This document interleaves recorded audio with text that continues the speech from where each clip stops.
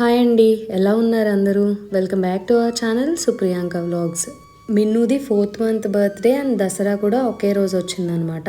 అందుకే ఇంకా 4th month theme Dasara థీమ్లో చేద్దాము అనుకున్నాము. సో ఈ దసరాకి వాళ్ళ కిడ్స్తో ఫోటోషూట్ ప్లాన్ చేసుకునే వాళ్ళకి ఈ థీమ్ యూజ్ అవుతుంది అన్నట్టుగా మేమైతే ముందే పోస్ట్ చేస్తున్నాము. Actually every month 1 day before అయితే చేస్తామన్నమాట. కానీ ఇంక ఇదైతే ఇంకా ముందే చేస్తున్నాము. సో చూస్తున్నారు కదా, ఫస్ట్ అయితే ఒక అరిటాకు తీసుకుని హాఫ్గా కట్ చేసి పైన తోరణంలో పెట్టాము. అండ్ తర్వాత రైస్ అండ్ కందిపప్పు తీసుకున్నాము అమ్మవారి ఫేస్ తయారు చేయడానికి. సో చూడండి అమ్మవారి ఫేస్ ఎట్లా చేస్తున్నాము అని చెప్పేసి. అండ్ అడ్జస్ట్ చేసుకోవడానికి మేమైతే స్కేల్ యూజ్ చేసామన్నమాట. ఎందుకంటే రైస్ కొంచెం ఎక్కువ మూవ్ అయిపోతుంది, కానీ పప్పుతో చేసేటప్పుడు చాలా ఈజీగా షేప్స్ వచ్చేసాయి. రైస్తో కొంచెం కష్టమైందనమాట. సో ఆ షేప్ అడ్జస్ట్ చేయడానికి మేమైతే స్కేల్ యూజ్ చేసాము.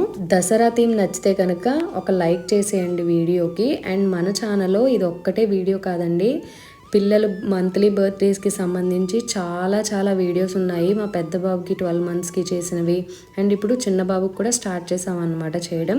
సో అవన్నీ కూడా వీడియోస్ మన ఛానల్లో ఉన్నాయి. ఒకసారి ఛానల్ అయితే చెక్ చేసేయండి. నచ్చితే కనుక ఛానల్కి సబ్స్క్రైబ్ చేసుకొని సపోర్ట్ చేయండి. అండ్ మీకు ఎలాంటి డౌట్స్ ఉన్నా కూడా కమెంట్ సెక్షన్లో అడగండి, లేకపోతే నా ఇన్స్టాగ్రామ్ ఐడి డిస్క్రిప్షన్లో ఇస్తాను, డెఫినెట్గా అక్కడ మెసేజ్ చేసి అడగండి.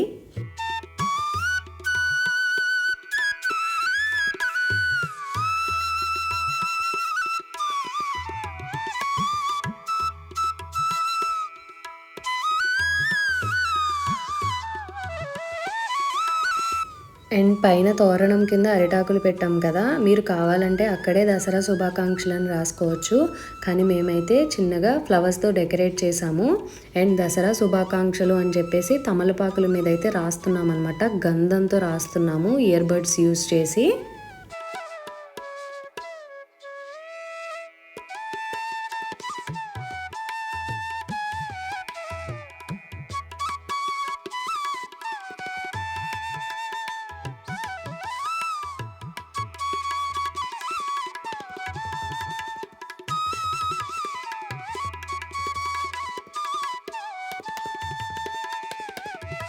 చూసారు కదండి అమ్మవారు ఎంత చక్కగా వచ్చారో.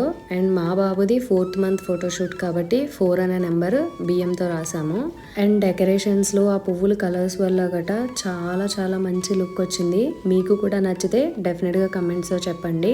ఇలాంటి మోర్ వీడియోస్ కోసం మన ఛానల్కి అయితే డెఫినెట్గా సబ్స్క్రైబ్ చేసుకోండి.